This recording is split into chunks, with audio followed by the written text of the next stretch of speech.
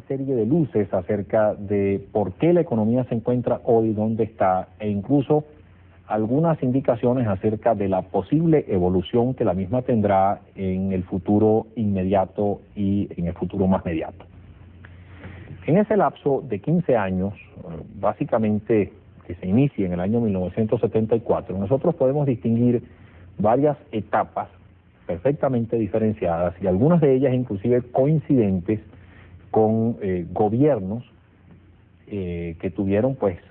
bajo su responsabilidad el manejo de la cuestión nacional durante su gestión. El primero de estos ciclos, o el primero, digamos, de estas etapas, se puede identificar con el primer gobierno del presidente Carlos Andrés Pérez, es decir, el mismo se materializó entre el año 1974 y el año 1978. Y el mismo se inició como consecuencia del primer boom petrolero, del primer gran incremento de los precios del petróleo que se produjo desde finales de 1973 y que se materializó con plena intensidad en 1974. Como se recordará, la guerra del Yom Kippur de octubre de 1973 entre algunos países árabes e Israel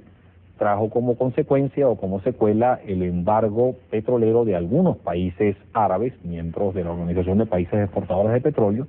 y ello trajo como consecuencia obviamente un incremento muy importante en los precios del petróleo, que a su vez se cristalizó en una decisión de la reunión de diciembre de esa organización, en la que se decidió elevar en una forma sustancial los precios de ese producto estratégico.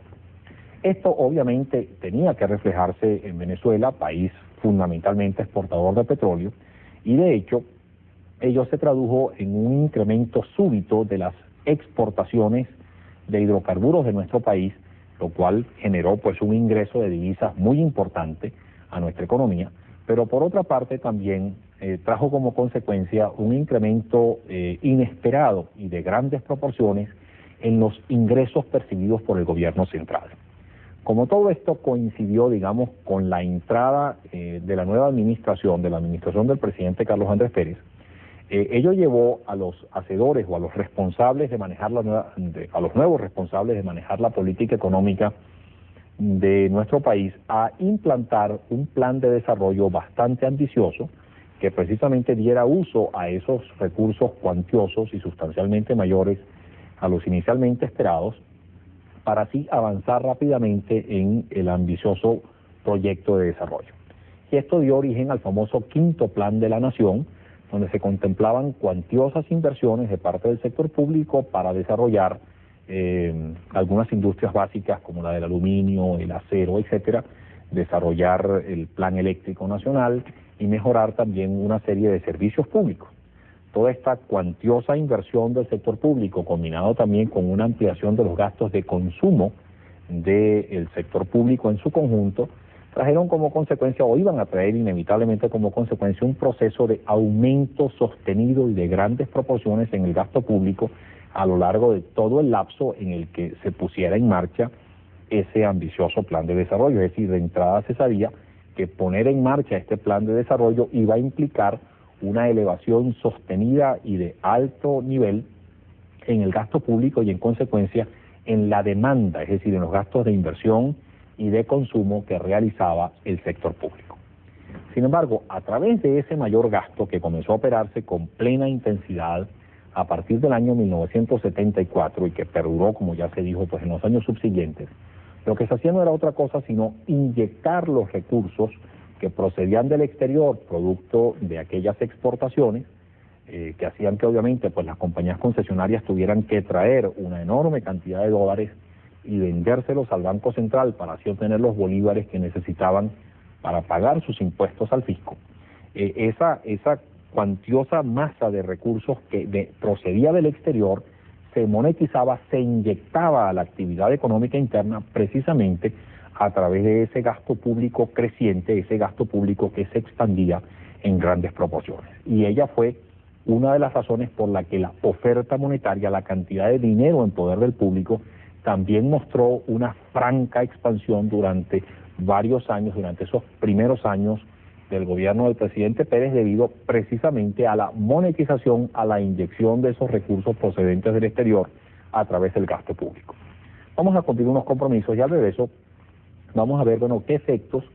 tuvo esa inyección masiva de recursos sostenida a lo largo de varios años en nuestra economía y qué otras razones o efectos se presentaron durante ese lapso en nuestra economía que dio como resultado lo que se vivió en esos años. Ya regresamos.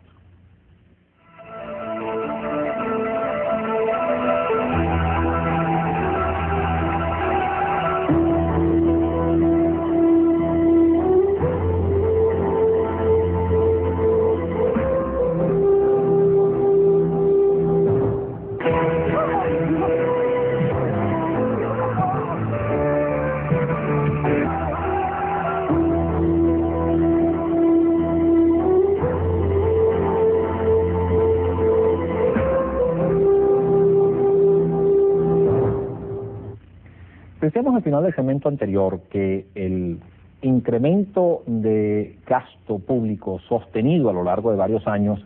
en el lapso de a partir de 1974 había sido uno de los mecanismos, o quizás el mecanismo más importante a través del cual se inyectaba a la economía venezolana los cuantiosos recursos que procedían del exterior como producto de las mayores exportaciones de petróleo. Este fue uno de los primeros factores que determinaron una expansión sostenida de la oferta monetaria durante esos años de cantidades muy importantes. Pero sin embargo no fue el único. También se implantó, se puso en práctica una política monetaria bastante expansiva, bastante laxa, que buscaba precisamente el estímulo de la expansión del crédito del sistema bancario, es decir, cualquier venezolano que quisiera pedir prestado dinero en su banco, en cualquier banco comercial, podía obtener esos préstamos sin mayores inconvenientes precisamente porque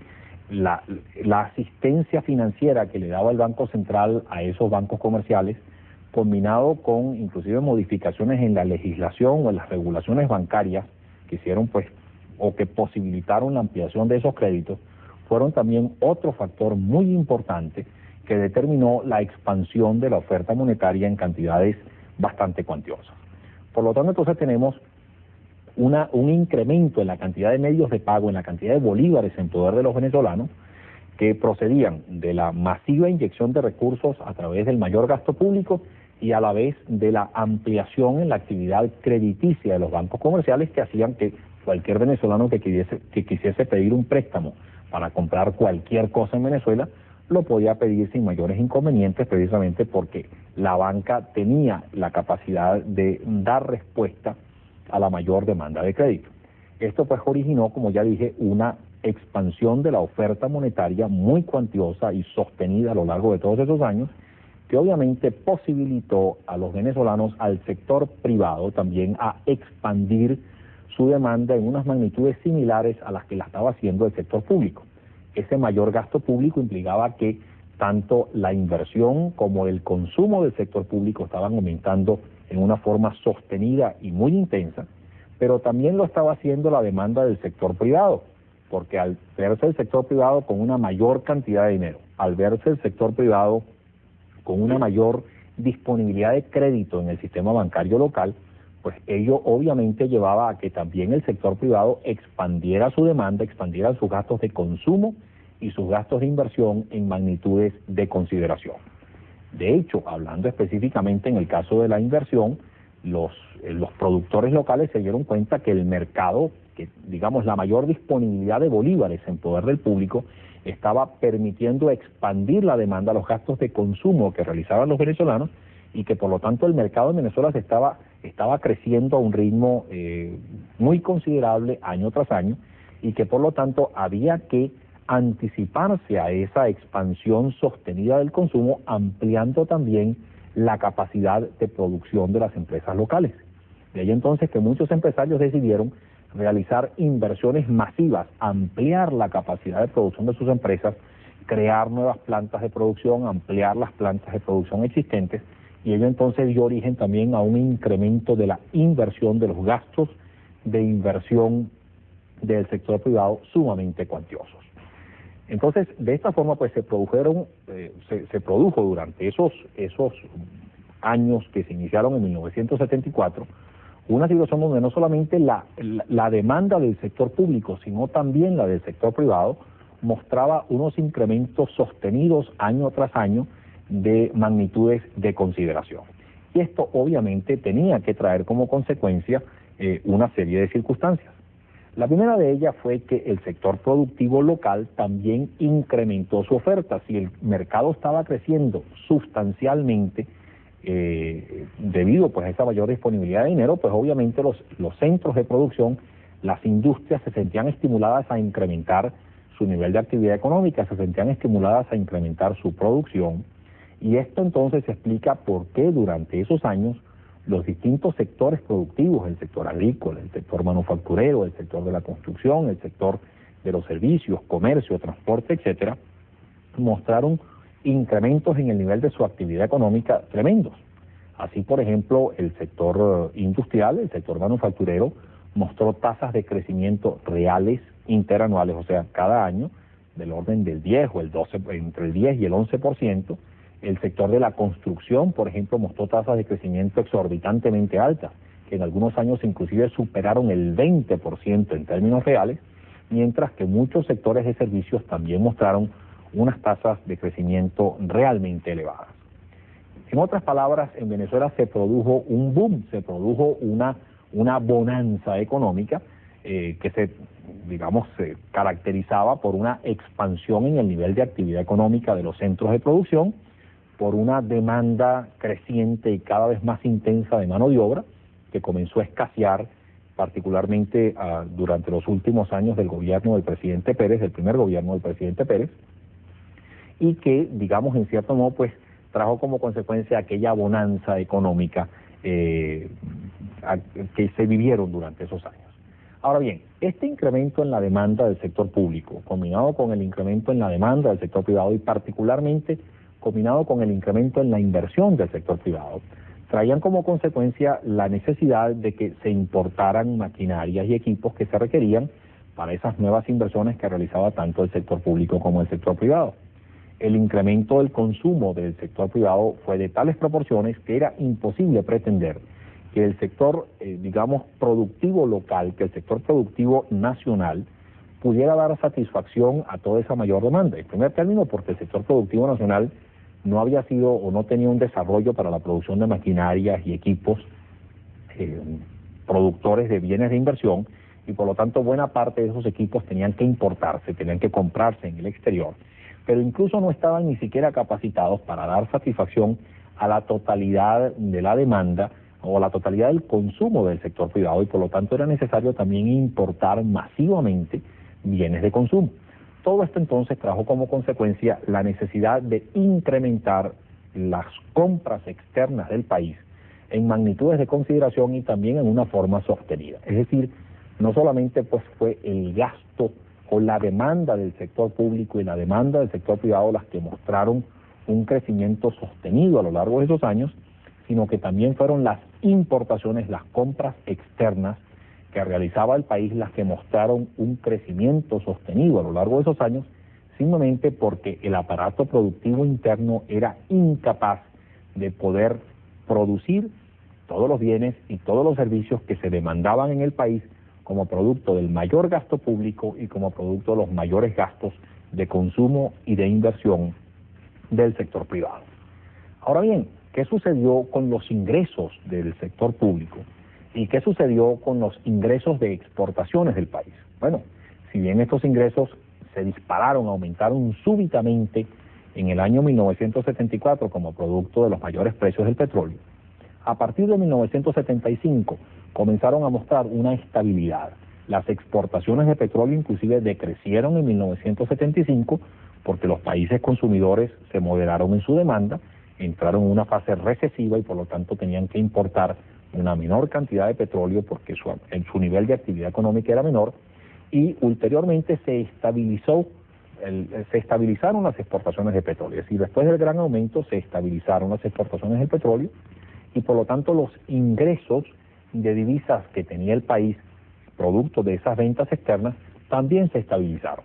Sin embargo, las salidas de divisas para pagar las cuantiosas y cada vez mayores importaciones siguieron mostrando una fase ascendente año tras año, que trajeron como consecuencia que se pasara de una situación netamente superavitaria de las transacciones externas, porque lo que ingresaban de divisas era muy superior a lo que salía de divisas para las importaciones, se pasara pues de esa situación superavitaria en 1974 y 1975 a un práctico equilibrio del sector externo de las transacciones externas en 1976, pero que ya en 1977 comenzásemos a operar o a observar una situación de franco déficit y de creciente déficit en lo que se llaman las transacciones corrientes del país, simplemente porque lo que Venezuela exportaba ya era mucho menos a lo que Venezuela importaba, porque las compras externas en Venezuela estaban disparadas. Esos eran los años en que cuando bajábamos a La Guaira veíamos 40 y 50 barcos en espera de puerto, simplemente porque la infraestructura portuaria de Venezuela no se daba abasto para poder recibir la cantidad de barcos que ingresaban a Venezuela o que traían la cuantiosa mercancía que Venezuela compraba en el exterior. Eso fue precisamente producto de aquella importación masiva y creciente de recursos que se operó durante esos años, y por lo tanto que hizo que se pasara, como ya les dije, de una situación superavitaria en las transacciones externas a una situación de equilibrio en 1976 y a una situación de desequilibrio creciente o de déficit creciente a partir de 1977. Algo similar sucedió también con las finanzas públicas, porque después del aumento súbito de los ingresos del sector público y particularmente de los ingresos fiscales, resulta que la estabilidad en los ingresos de exportación o en las exportaciones de petróleo también significó la estabilidad en los ingresos del sector público. Sin embargo, los gastos del sector público seguían su fase de franco ascenso, de franco crecimiento producido precisamente por aquel ambicioso plan de desarrollo que se puso en práctica a partir de 1974. Y entonces allí, al igual que lo que sucedió en las transacciones externas, sucedió en las finanzas públicas, pasándose de una situación netamente superavitaria porque los ingresos del sector público eran mayores a los gastos locales del sector público, a una situación, digamos en 1974 y 75, a una situación de práctico equilibrio en 1976, pero ya a la aparición de situaciones de déficit en las finanzas públicas cada vez mayores a partir de 1977, porque lo que gastaba el sector público era muy superior a lo que le ingresaba al sector público. Y entonces de esa forma pues comenzaron a operarse también desequilibrios o situaciones deficitarias crecientes y preocupantes a nivel del sector público en su conjunto. Vamos a cumplir unos compromisos. Al regreso vamos a ver qué otros, digamos, o qué comportamiento tuvieron otras variables económicas fundamentales, como por ejemplo las variables de precios y la inflación, y cómo se entrelazaba ese comportamiento de esa variable de precios y de inflación con todo lo que hemos analizado, y a la vez cómo, en cierto modo, pues se buscaba financiar ese déficit en las transacciones externas, esa mayor salida de divisas que ingreso de divisas en el país, la cual, como ya veremos, pues se trató de cubrir a través de un endeudamiento cada vez mayor que comenzó a operarse con plena intensidad y capacidad a partir de 1976, cuando se inició el proceso de endeudamiento externo de la Venezuela actual. Ya regresamos.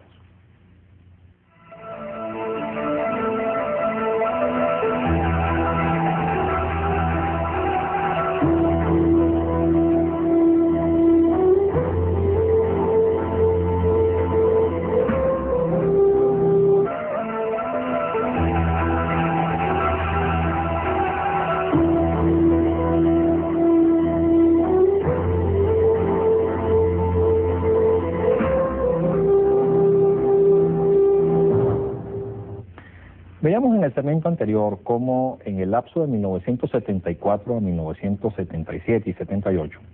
no solamente se operó un crecimiento sostenido del gasto público y de las importaciones, sino que después del aumento súbito de los ingresos de exportación y de los ingresos del sector público como consecuencia de aquel, se estabilizaron los ingresos de divisas y también los ingresos del sector público. pasándose por lo tanto de una situación de superávit, tanto en el sector externo como en el sector público, a una situación de equilibrio en el año 1976, seguido de un déficit creciente tanto de la balanza de pagos como de las finanzas públicas a partir de 1977.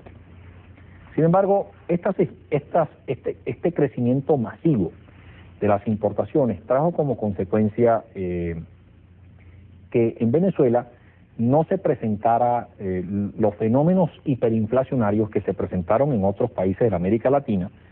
como consecuencia del crecimiento desmedido de la demanda. Decíamos en el segmento anterior que una de las características en este lapso, en este periodo analizado, era que la demanda tanto del sector público como del sector privado, los gastos de consumo y de inversión del sector público y del sector privado, habían mostrado un crecimiento sostenido masivo que no podía ser satisfecho por la producción local, simplemente porque el aparato productivo local era incapaz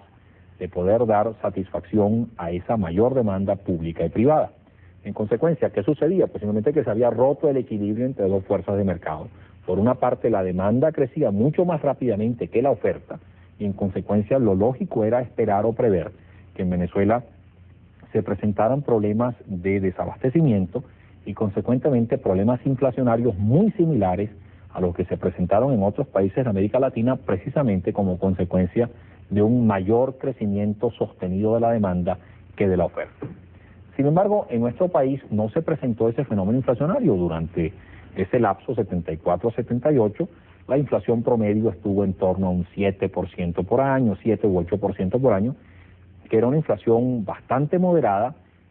mucho mayor que la inflación históricamente padecida en Venezuela hasta entonces, que era una inflación prácticamente inexistente, de 2,5 o 3% por año, pero todavía una inflación muy baja y no tenía absolutamente nada que ver con las presiones inflacionarias desatadas que se estaban padeciendo en otros países de la América Latina.